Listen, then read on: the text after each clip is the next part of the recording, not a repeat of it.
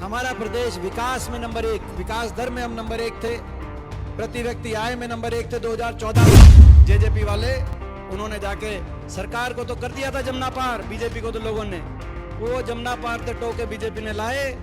JJP वाले दुष्यंत चौटाला जमुना में डुबकी डुबकी डाबकी लगवा लू के नीला धुला के दोबारा चंडीगढ़ में सरकार बना दी।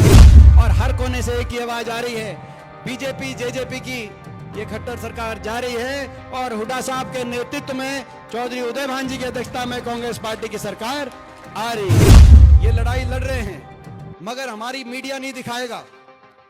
मैं बता रहा हूं जी आपको, ना मीडिया दिखाएगा। मीडिया भी मैं आपको बताऊं किसा मीडिया है, मैं ज्यादा नहीं कहना चाहता, फिर ये छाप ये ना मीडिया दिखाएगा ना कुछ और। पिछले कई वर्षों से इस क्षेत्र के इस क्षेत्र के अंदर लोगों की निस्वार्थ भावना से इसी प्रकार के हेल्थ मेडिकल कैंप लगाकर लोगों की सेवा करने का आपने काम किया और लगातार निरंतर कई वर्षों से कर रहे हैं। मुझे स्वयं आज से कई साल पहले जब मैं पहली बार देश की संसद में मैं पहुंचा था, उसके तुरंत बाद 2006 या 7 में 2006 में आपने उस समय शायद वो आपका पहला कैंप था और उस समय मुझे आने का अवसर मिला था। 2006 से लेकर आज तक आप अंदाजा लगा सकते हैं कि लगभग पिछले जो है हमारे बीच में जो है आदरणीय कुलदीप शर्मा जी भी पहुंचे, उनका भी हम बहुत बहुत स्वागत करते हैं, हमारे स्पीकर साहब। तो लगभग 500 कैंप 500 तो 500 कैंप आपने पिछले इन जो है मैं समझता हूं लगभग 18 वर्षों के अंदर 17-18 वर्षों से आप ये लगा रहे हैं कैंप, तो 500 के लगभग आपने कैंप लगाए हैं। ये कहना तो आसान होता है लेकिन ये निभाना बड़ा मुश्किल होता है। किसी भी व्यक्ति के लिए कोई भी अगर जनसेवा का कोई भी रास्ता कोई माध्यम कोई अपनाया जाएगा तो पहला कदम ही बड़ा मुश्किल से उठ पाता है, लेकिन उसके बाद उस रास्ते पे चलते रहना निरंतर 17-18 साल तक इस प्रकार से वो चलते रहना, ये एक बहुत मैं समझता हूं एक हमारे सबके लिए प्रेरणा स्रोत और प्रशंसनीय ये आपने ये पूरा अपना आपका सफर रहा है। हम आपको बहुत बहुत बधाई देते हैं।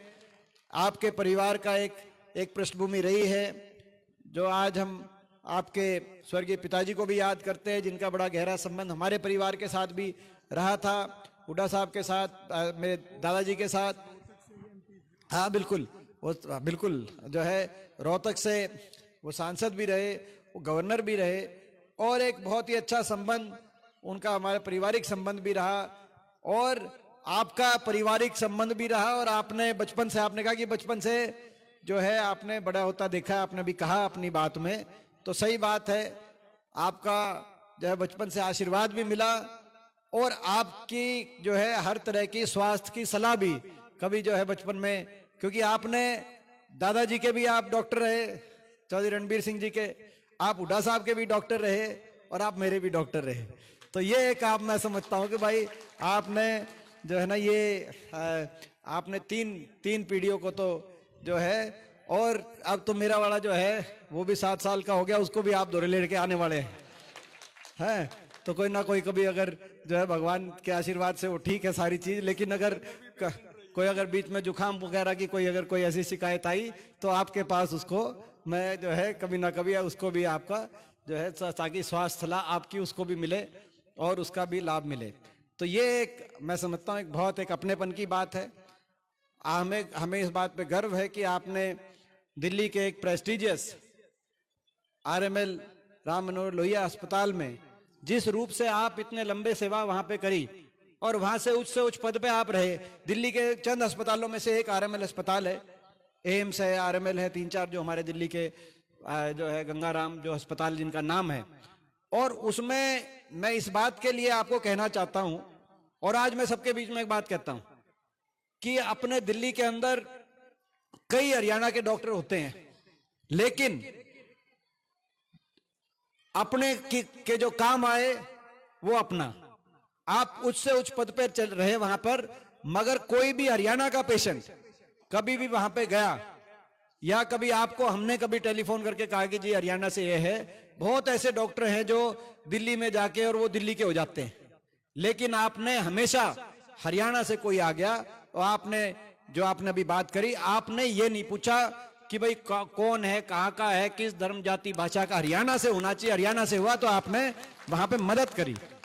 ये एक आपसे मैं समझता हूं कि एक आपकी एक जो है मैं समझता हूं बड़ी, और ये आपसे हमें सबको प्रेरणा लेनी चाहिए, क्योंकि हमारे सबके परिवारों में बहुत से ऐसे बच्चे हैं जो अलग अलग पदों में, कोई दिल्ली कोई बाहर, कि भाई अपने का जब तक हम अपने की मदद नहीं करेंगे, क्योंकि अपने की मदद तो अपना ही करता है, ये बात हमें समझनी पड़ेगी। अपने की मदद तो अपना ही करता है, अपने का दर्द भी अपने को होता है, तो हम अपने नहीं करेंगे तो कौन करेगा। तो ये आपने बहुत अच्छा उदाहरण जो है आपका रहा है, मैं आपको बहुत बहुत बधाई देता हूं। आज इस बात के लिए आपको आखिरी बधाई देते हैं, बाकी तो सारी बधाई जो है हमने दे दी। इस बात के लिए मैं आपको बधाई देता हूं और जो है शुभकामनाएं देता हूं कि आपने पीछे एक फैसला लिया, बहुत लंबे समय से आप इस जो है दोनों ही समाज सेवा में भी थे, लेकिन आपने राजनीति को अब चयनित किया और आपने कांग्रेस पार्टी चौधरी भूपेंद्र सिंह हुड्डा जी के नेतृत्व में आपने दिल्ली निवास स्थान पे कांग्रेस पार्टी में आपने कदम बढ़ाए। ये इसीलिए महत्वपूर्ण है कि आज हम लड़ाई लड़ रहे हैं, हरियाणा में बदलाव की लड़ाई लड़ रहे हैं, हरियाणा के भविष्य को बचाने की लड़ाई लड़ रहे हैं। हरियाणा की ऐसी सरकार जिस सरकार ने हर वर्ग को आज निराश करने का काम किया है, खट्टर सरकार, खट्टर दुष्यंत सरकार, हर वर्ग का अपमान करने का काम किया है, हर वर्ग का तिरस्कार करने का काम किया है। ऐसी सरकार से हरियाणा को छुटकारा दिलाकर हरियाणा दोबारा से विकास और खुशहाली में देश में नंबर 1 बने, ऐसी लड़ाई हम लड़ रहे हैं। उस लड़ाई में आपका सहयोग भी मिला है, आप शामिल हुए कांग्रेस पार्टी में, मैं आपका बहुत बहुत धन्यवाद करता हूं। हरियाणा में बदलाव की हम लड़ाई लड़ रहे हैं और ये बदलाव जरूरी है, क्योंकि आज से 9.5 साल पहले एक बहुमत के साथ हरियाणा में सरकार बनी, बीजेपी की सरकार बनी, खट्टर सरकार हरियाणा में बनी। उससे पहले 10 साल अगर हम याद करें, कांग्रेस सरकार चौधरी भूपेंद्र सिंह हुड्डा जी के नेतृत्व में जो रही, और 2014 में जब बदलाव हुआ उस समय हम याद करें, और आज इन 9.5 साल में, क्योंकि तराजू पे रख के तोलने का समय आ गया है, 10 साल की वो सरकार भी आपने देखी, 10 साल की ये सरकार भी आपने देखी, अब तराजू पे तोलकर फैसले का आपको समय आ गया। 10 साल कांग्रेस की सरकार रही हरियाणा में, देश में हमारा प्रदेश विकास में नंबर 1, विकास दर में हम नंबर 1 थे, प्रति व्यक्ति आय में नंबर 1 थे 2014 में, प्रति व्यक्ति निवेश में 2013-14 में नंबर 1 थे, खिलाड़ियों के सम्मान में हरियाणा का उदाहरण पूरे देश में दिया जाता था, खेल खिलाड़ियों के सम्मान में देश में नंबर 1 था हरियाणा। किसान के हकों के फैसलों की बात हो, चाहे किसान के जिनस के भाव की बात हो, चाहे 1600 करोड़ के बिजली के बिलों की माफी की बात हो, कोऑपरेटिव की माफी की बात हो, जो कि 10 साल एक ऐसा समय रहा हरियाणा के इतिहास में कि 10 साल में एक भी कहीं हरियाणा किसी कोने में किसान आंदोलन नहीं हुआ। नहीं तो चाहे सरकारें पहली रही हो, चाहे उसके बाद आपने देखा कैसा किसान आंदोलन हुआ, 10 साल मगर उस सरकार में ना किसान आंदोलन हुआ। और चाहे गरीब कल्याण की बात हो, देश में हरियाणा का नाम गरीब कल्याण में नंबर 1 पे जब कांग्रेस की सरकार थी, सबसे ज्यादा उस समय पेंशन, हर बात की पूरे देश में सर्वाधिक पेंशन हरियाणा में थी। उस समय राशन डिपो पे अनाज के साथ साथ हर राशन डिपो पे हर गरीब परिवार को तेल, चीनी और दाल की सुविधा उपलब्ध थी।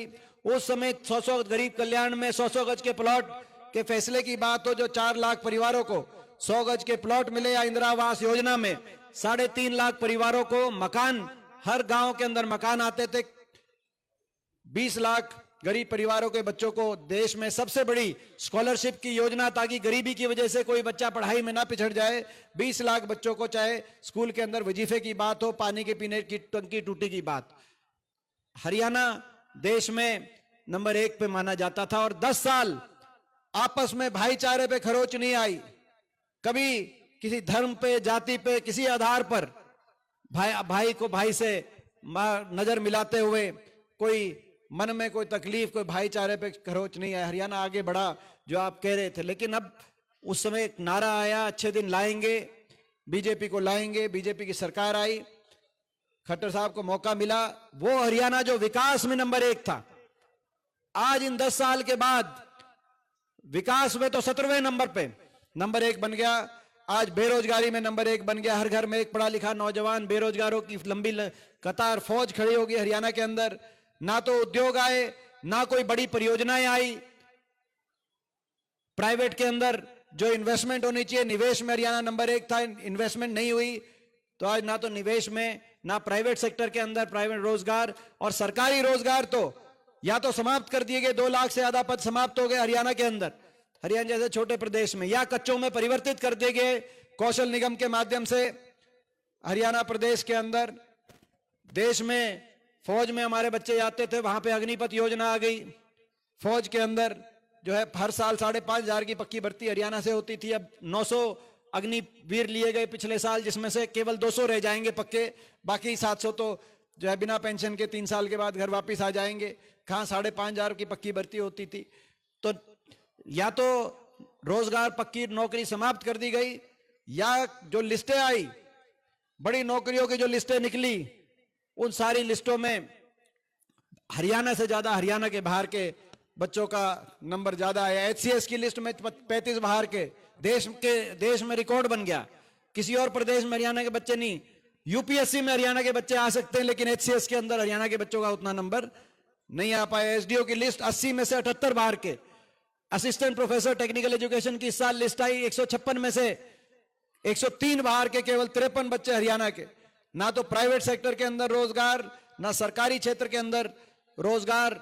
आखिरी साल में ग्रुप डी की निकालते हैं केवल राजनीति करने के लिए। 2019 में भी 4 साल तक कोई रोजगार नहीं, और आखिरी साल ग्रुप डी निकाल दी। इस बार भी 4 साल तक कोई बड़ी भर्ती नहीं, कोई रोजगार नहीं। CET के टेस्ट लिए गए, आखिरी साल ग्रुप डी निकाल दी। बीच में जो लिस्टें निकली बाहर के लगा दी। आज देश में सबसे ज्यादा बेरोजगारी आज हरियाणा के अंदर, देश में सबसे ज्यादा महंगाई, सबसे महंगी बिजली आज हरियाणा में, क्योंकि समझौता बदल दिया। अदानी जो नामक कंपनी से जो समझौता 20 साल तक बिजली देनी थी सस्ते रेट पे, सरकार भाजपा की आ गई तो समझौते की टर्म्स कंडीशन बदल दी, और वही बिजली हरियाणा में महंगे दरों पे अदानी से लेने का फैसला किया। कोई नया कारखाना लगाया नहीं हमारे समय में। मैं बताना चाहता हूं इनको कि सस्ती में भी सस्ती बिजली थी, और हरियाणा के अंदर 4 बड़े थर्मल के कारखाने 1.25 लाख करोड़ की लागत से, चाहे वो खेतड़ में लगाने की बात हो, चाहे झाड़ली में लगाने की बात हो, यमुनानगर लगाने की बात हो, चाहे वो खानपुर में, झज्जर में, हिसार में लगाने की बात हो, और एक परमाणु का कारखाना फतेहाबाद के अंदर, बिजली की हमने उत्पादन बढ़ाने का काम किया था। आपने तो एक दूसरी कंपनी से, जिससे पहले ही समझौता था, उससे महंगी पे बिजली लेकर कोई 1 मेगावाट भी हरियाणा में नई बिजली बनाने का काम नहीं किया। सबसे महंगी बिजली, सबसे जो है सबसे ज्यादा वैट, डीजल, पेट्रोल सबसे महंगा, सबसे महंगी बिजली, बच्चों के स्कूल की फीस सबसे ज्यादा, महंगाई में नंबर 1 बना दिया आपने हरियाणा,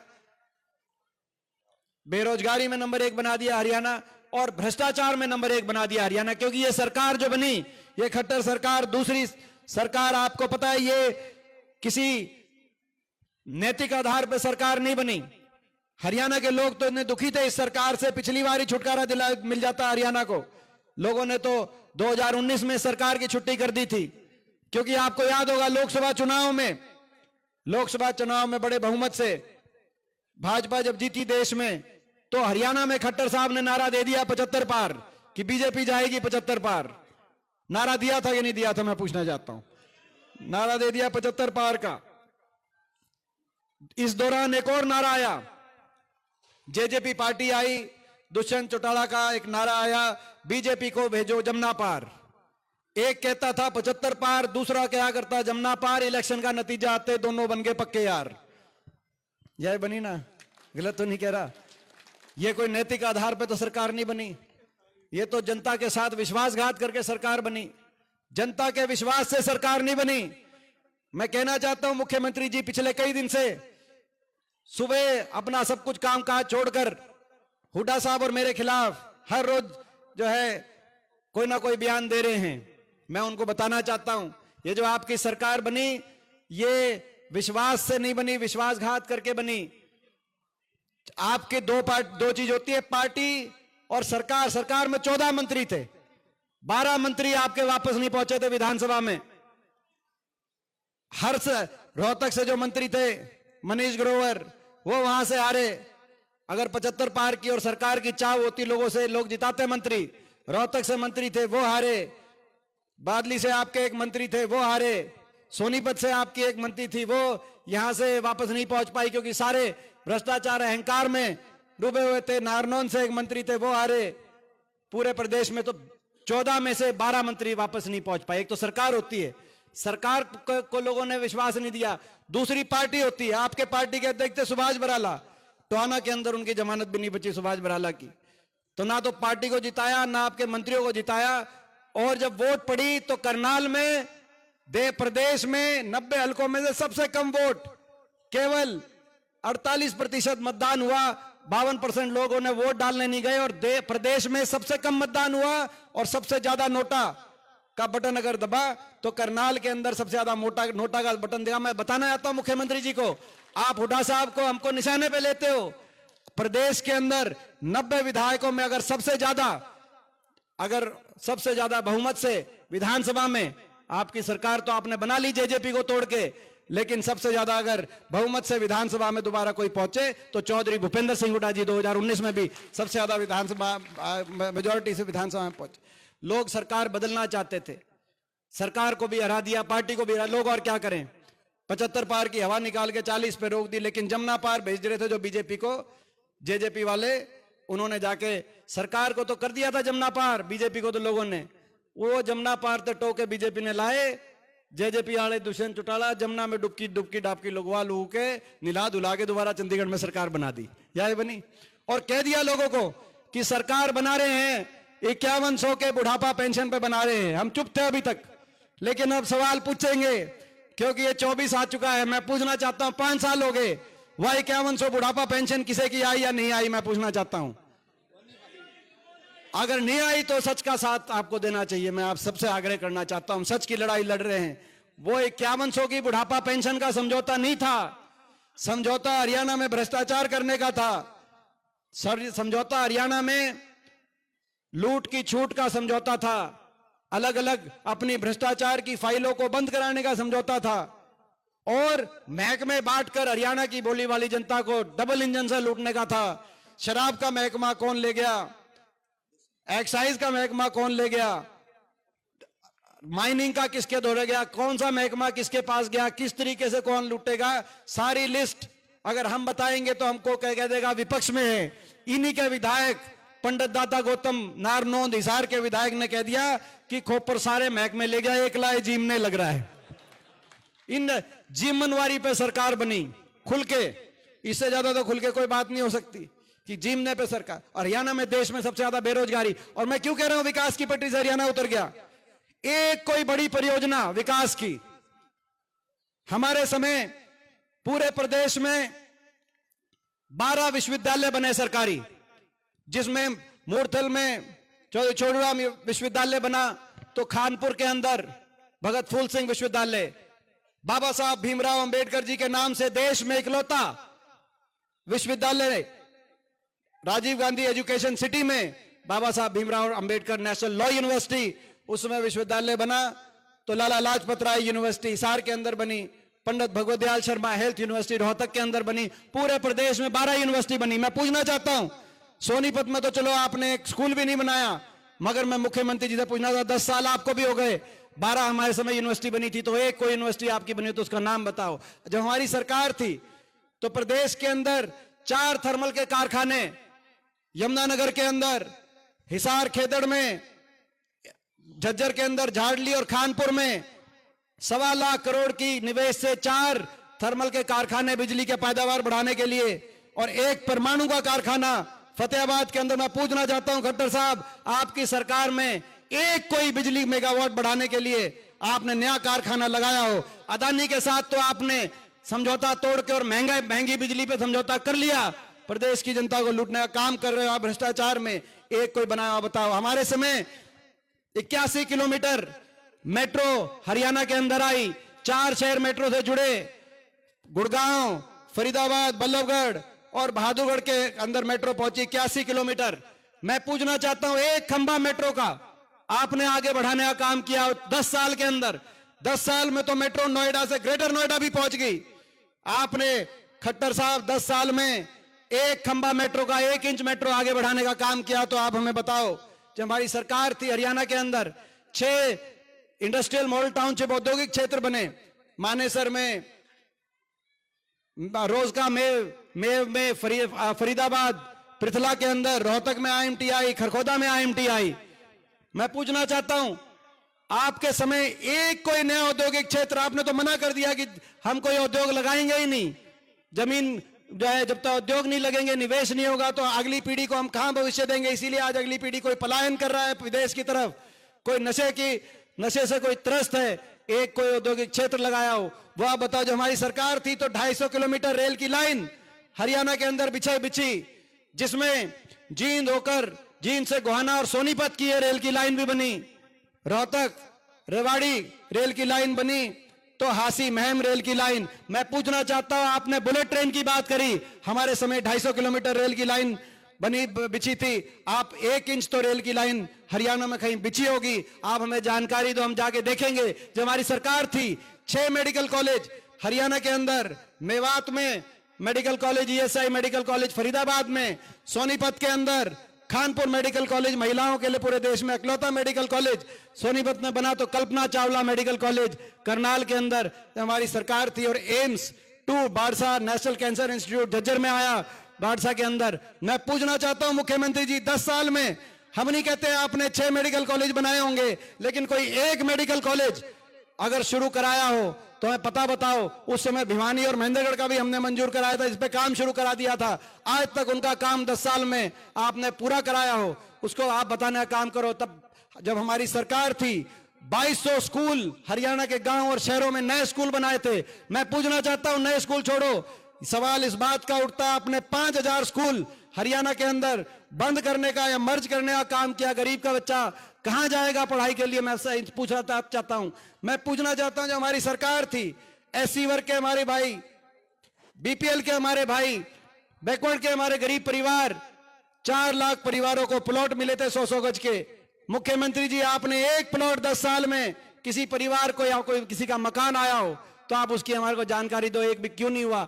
विकास के पटरी से हरियाणा को उतार दिया। एक बड़ा काम ऐसे ही नेशनल हाईवे, जो उस समय के हमारे सारे नेशनल हाईवे थे, उन्हीं को लग के कैसे हमने उन नेशनल हाईवे को पूरा कराया है। ये 334 भी नेशनल हाईवे जो अपना मेरठ से आकर और जो मेरठ से आते हुए खेवड़ा होते हुए सोनीपत बाईपास से यहां से होते हुए अपना जो सीधा जो है खरखोदा को नेशनल हाईवे से जोड़ने का काम करते हुए खरखोदा सापला, ये 2013 में मैंने नोटिफाई कराया था। आपने तो ठंडे बस्ते में नहीं रखा था।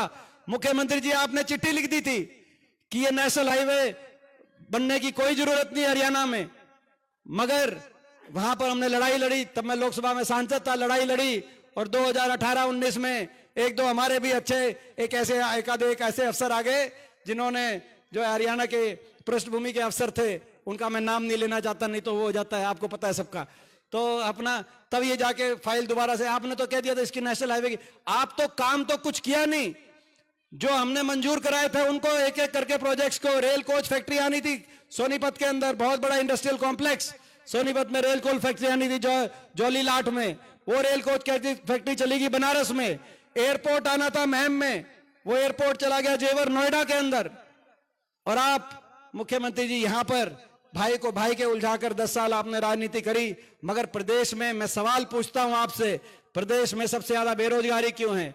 सबसे ज्यादा प्रदेश में हर वर्ग के साथ अपमान क्यों हुआ? किसान आंदोलन में अपमान हुआ, महिला खिलाड़ियों के आंदोलन में अपमान हुआ, जिनके साथ आप फोटो खिंचवाते थे, जो हमारे खिलाड़ियों के साथ आप एयरपोर्ट पे पहुंचते थे, जब उनको न्याय की जरूरत हुई तो आपने आंख बंद कर ली, आपके मुंह से एक शब्द नहीं निकला, और दिल्ली की सड़कों पे उनको घसीटने का काम हुआ। मुख्यमंत्री जी, 10 साल आपको बताना पड़ेगा, इसीलिए हम लड़ाई लड़ रहे हैं, ईमानदारी से लड़ाई लड़ रहे हैं, हरियाणा को दोबारा से विकास की पटरी पे लेके जाने की लड़ाई लड़ रहे हैं। और मैं आप सबसे पूछना चाहता हूं भाई, इस लड़ाई, ये जो हम लड़ाई लड़ रहे हैं हरियाणा की परिवर्तन की, इस परिवर्तन की लड़ाई में आपका साथ और आपका आशीर्वाद है कि नहीं है? मैं आप सबसे पूछना चाहता हूं। और ये इसीलिए लड़ाई लड़ रहे हैं।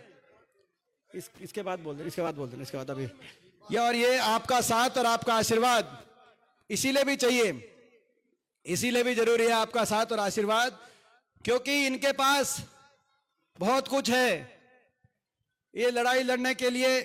अभी मैं पिछला जो सेशन था पार्लियामेंट का, संसद का सत्र था, उस संसद के सत्र में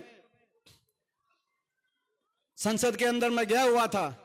बीजेपी के कई केंद्रीय मंत्री, मैं नाम नहीं लेना चाहता क्योंकि मैं एक नैतिकता में विश्वास, कई केंद्रीय मंत्री जो इनके सबसे शीर्ष नेतृत्व में जो आते हैं, कई एक जगह कमरे में बैठे थे तो बोले दीपेंद्र तेरा पिछली बार भी इलाज बांधा था और भाई पूरे देश की बीजेपी तेरे पास लाऊंगे, तेरा इस बार भी हम इलाज बांध देंगे। मैंने कहा भाई तुम बांधना इलाज, मेरा इलाज बांधने की बात नहीं है, आप तो लगा लो, आपके पास बहुत कुछ है, आपका दिल्ली में भी सरकार है, चंडीगढ़ में भी सरकार है, आपके पास धन बल भी है, आपके पास मीडिया बल भी है, आपके पास सरकार बल भी है, लेकिन मेरे पास छत्तीस बिरादरी के हरियाणा वासियों का, मेरे लोगों का आशीर्वाद है। आप ऐसे जो है, तो इसीलिए आपका आशीर्वाद जो आपने दिया, ये हम संकल्प लेते हैं कि हरियाणा में परिवर्तन होगा। 6 महीने की बात रह गई है। पिछली बार तो आपने चाहा था, आपने किया था परिवर्तन, लेकिन इन्होंने परिवर्तन होने से रोका। लेकिन इस बार हरियाणा के कोने कोने में मैं जा रहा हूं और हर कोने से एक ही आवाज आ रही है, बीजेपी जेजेपी की ये खट्टर सरकार जा रही है और हुड्डा साहब के नेतृत्व में, चौधरी उदय भान जी की अध्यक्षता में कांग्रेस पार्टी की सरकार आ रही है। और हम संकल्प लेते हैं, आज हम संकल्प लेते हैं इस नए साल में, महीना बदल गया है, डेढ़ साल बदल गया है, ये सरकार भी बदलेगी, हरियाणा में दोबारा से विकास का पहिया घूमेगा। हम संकल्प लेते हैं जैसे कांग्रेस पार्टी की सरकार बनेगी, सबसे पहला फैसला बड़े बुजुर्गों के साथ जो विश्वासघात हुआ है उसका बदला लेते हुए हरियाणा में देश में सर्वाधिक 6000 बुढ़ापा पेंशन करने का हम काम करेंगे। अगले 3-4 महीने के बाद जब आपके चुनाव होंगे, 6000 बुढ़ापा पेंशन, दो पेंशन आएंगी घर में, तो भाई दोनों मिलाकर 6000 और 6000 12,000 एक तनख्वाह जैसी आ जाएगी घर के अंदर, ताकि एक हरियाणा के अंदर एक बहुत बड़ा हम संकल्प लेते हैं। ये ऐसे समझौते, ऐसे बड़े उद्योगपति समूहों के साथ देश में सबसे ज्यादा महंगी बिजली करने वाले समझौते जाएंगे और हिमाचल प्रदेश में कांग्रेस पार्टी की तर्ज पे, कांग्रेस सरकार की तर्ज पे हर बिजली उपभोक्ता को, हर घर को 300 यूनिट फ्री बिजली दिलवाने का काम करेंगे। हम संकल्प लेते हैं, हम ये संकल्प लेते हैं कि आज महंगाई में, पहले हमारे टाइम कितने का था सिलेंडर? 400 रुपए का, आज सिलेंडर कभी 1000 पहुंच जाता है, कभी कुछ। तो भाई ये महंगाई को जो है, ये तो भाई ये सिलेंडर, महंगे सिलेंडर जाएंगे और हरियाणा के अंदर 4 महीने के बाद 500 रुपए के अंदर कांग्रेस पार्टी सरकार बनने के बाद सिलेंडर दिलवाने का जितने।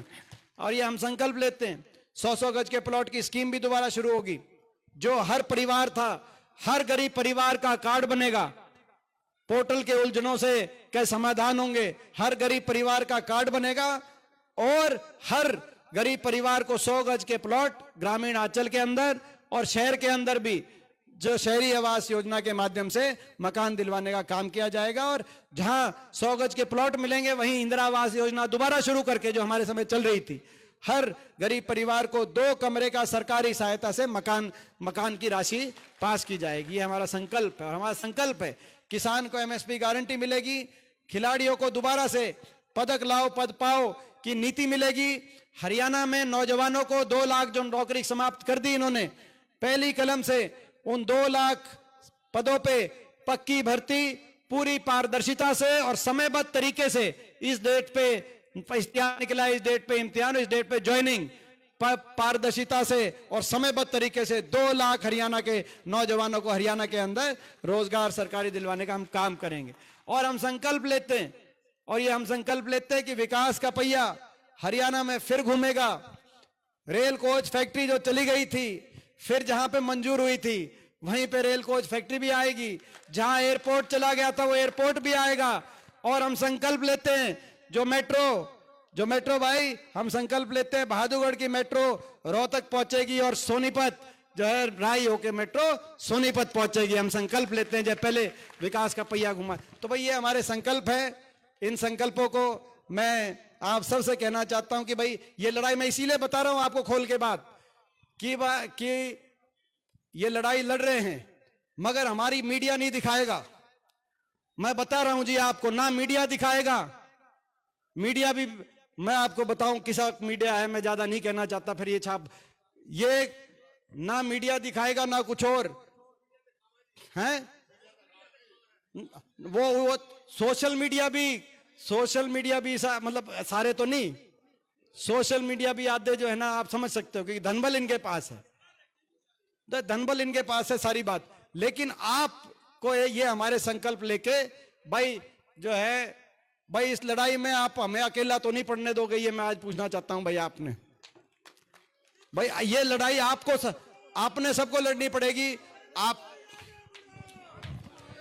आप सब ये सारी बातें लेके अगर लोगों के बीच में जाएंगे तो मैं विश्वास आपको दिलाता हूं कि भाई आपकी सरकार बनने से हरियाणा में बदलाव निश्चित है। लेकिन उसमें भाई ये अग्नि परीक्षा देनी पड़ेगी, सबको मेहनत करनी पड़ेगी, सबको, एक को मैं समझाऊंगा 10 को आपको समझाना पड़ेगा, ये फॉर्मूला है। एक जब 36 बिरादरी की दब के बाढ़ के आगे जाएगी, कहेगी कि भाई आने वाले समय में सोनीपत के अच्छे भविष्य के लिए, हरियाणा के भविष्य के लिए बदलाव जरूरी है, तब बदलाव आएगा।